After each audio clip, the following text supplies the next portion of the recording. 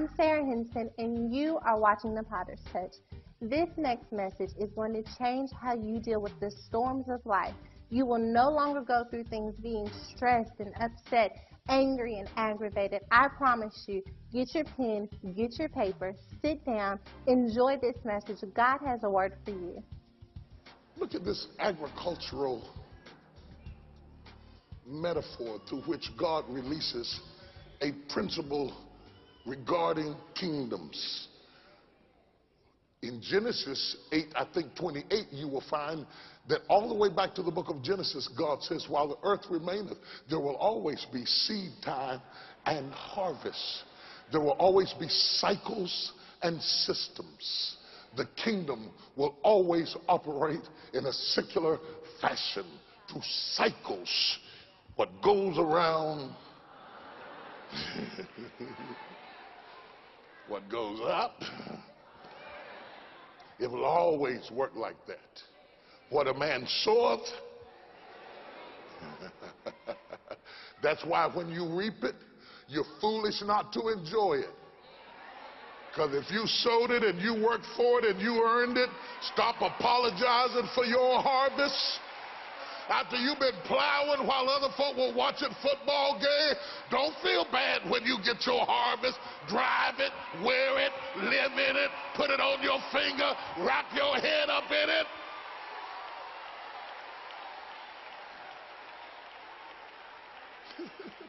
Oh, something's going to happen in here this morning. Oh, something's going to happen in here this morning. I feel it in my spirit. Kingdom of heaven is likened unto a man who sowed good seed in his field. He sowed it into his field and then says to his servants, watch out for this. Be a steward over stuff that's not yours.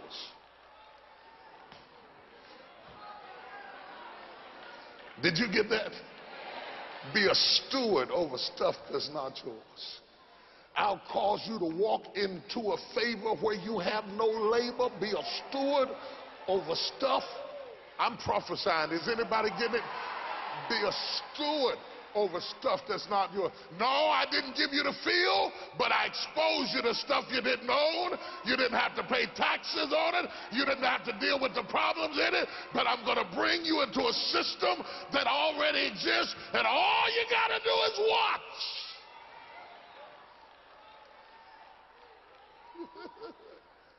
What favor that you've been brought into a system that preceded you. I always took issue with these men because I blamed them for how badly this story turns out. I blame them. It's through them that the butt comes in.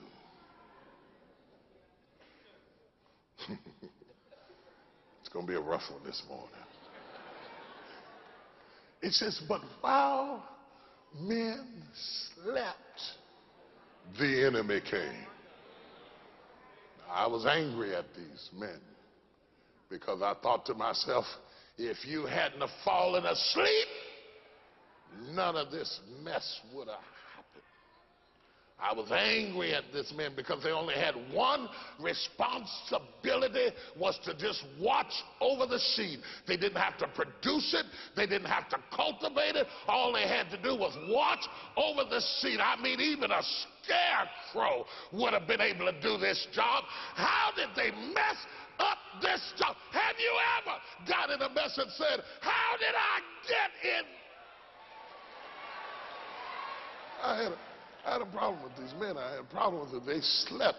I can't stand lazy people. It's just personal. This to me, this is not the Bible. It's two things I can't take. It's a lazy man and a stinking woman.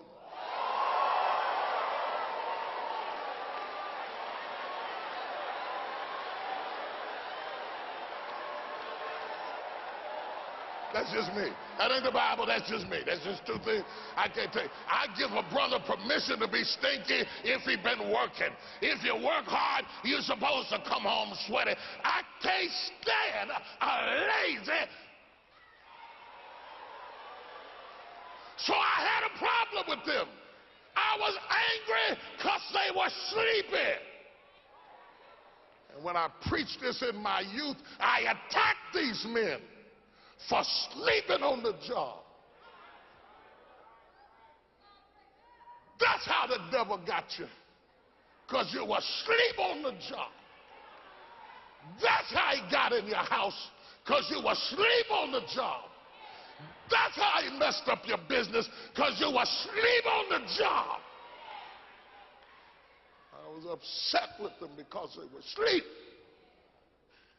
never noticing that these men were so formidable that the enemy was afraid to confront them awake.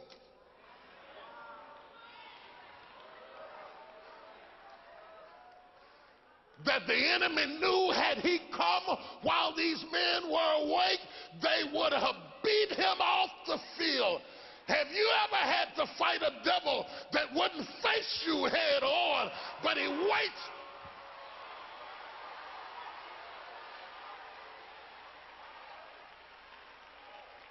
Yeah, I feel my preacher coming.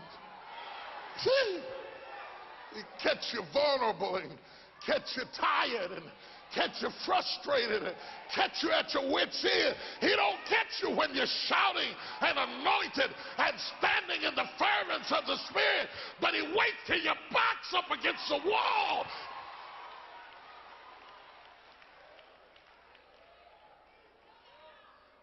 This jelly-back devil didn't have the courage to face off head on with a true servant of God, but he waits till they're asleep and he creeps in like a little sissy, tipping around trying to take over somebody's stuff. Little wimp.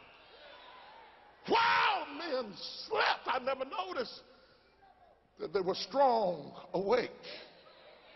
Number two, I never noticed that it is no sin to be tired.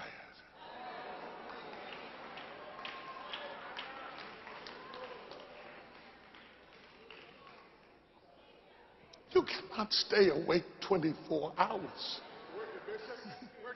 Sooner or later, the body was designed to go to sleep. The body refuels itself in sleep. The body refurbishes itself in sleep. The body heals itself in sleep. The body revitalizes itself in sleep. Your body functions better and more perfectly when you're asleep than it does when you are awake, because when you are awake, you are working it, and when you are asleep, it's building back its resources, getting ready for the next attack. If you don't sleep, you can't think. If you don't sleep, you can't function. If you don't sleep, you can't digest your food. If you don't sleep, you won't be alert. You can't think your best thought if you don't go to bed. I want to apologize publicly to these men. I was wrong about you.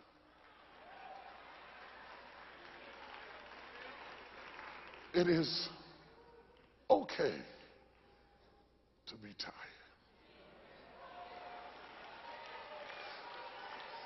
We used to have a saying in the country, if I'd have known you was coming, I'd have baked you a cake. It means if I would have expected this, I'd have been ready for you when you got here. It's not really talking about cakes and icings and stuff. But it says if I would have known you was coming, I'd have baked you. Have you ever had something hit you that if you would have had any idea that a girl like you would have to go through a thing like that, you would have been ready? If you'd have had any idea that a good man with a good seed could go through a bad time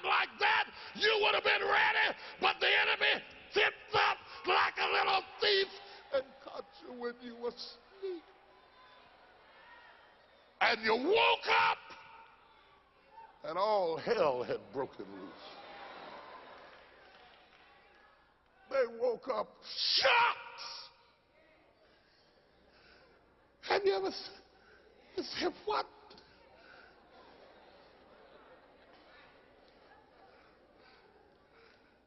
You see, they didn't know it when they first woke up. The time that they found out that something had been done in the sleep was when that was sowed began to grow. In the embryonic stages of the development of the dream that had been planted in the soil, we are not sure what kind of soil it is in. Footnote: the seed is declared in this text to be good, not the soil. The seed in the soil is so good that the acidity of the soil is irrelevant. Because there are some things that are so good that you can put them in bad ground and they can still do well.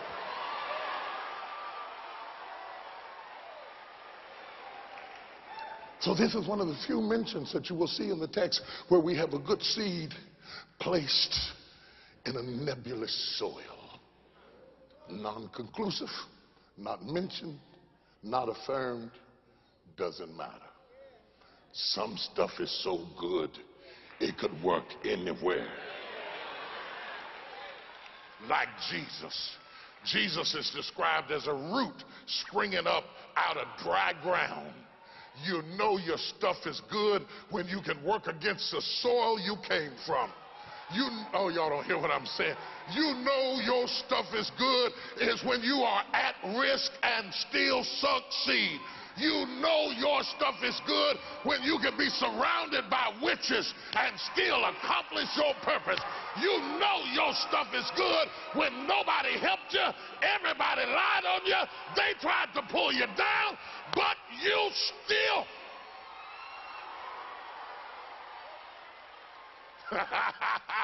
See, some of y'all got to where you got in life because your conditions were right and the environment was right and you had the right family and you grew up in the right community and you had the right friends and you went to the right school and you had the right habits. Well, it ain't no testimony that you made it. Your surroundings made you.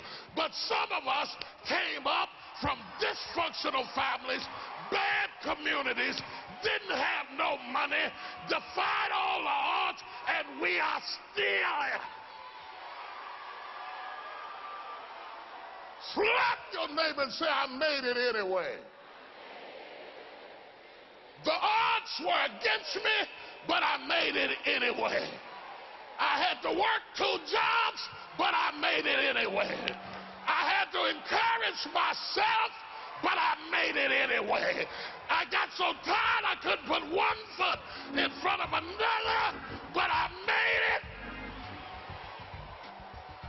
Still to come on The Potter's Touch. You got to lose your job and get up. You got to go through divorce and get up. You got to go through sickness and get up. You got to do it with your lights on, lights off. Got money, no money. Got friends, no friends. People like you, people hate you. Though he slay me, yet shall I trust him. Look at me, devil, I'm still here. Tenacity, tough, reckless, radical. I wish I had some tenacious folk in this place right now.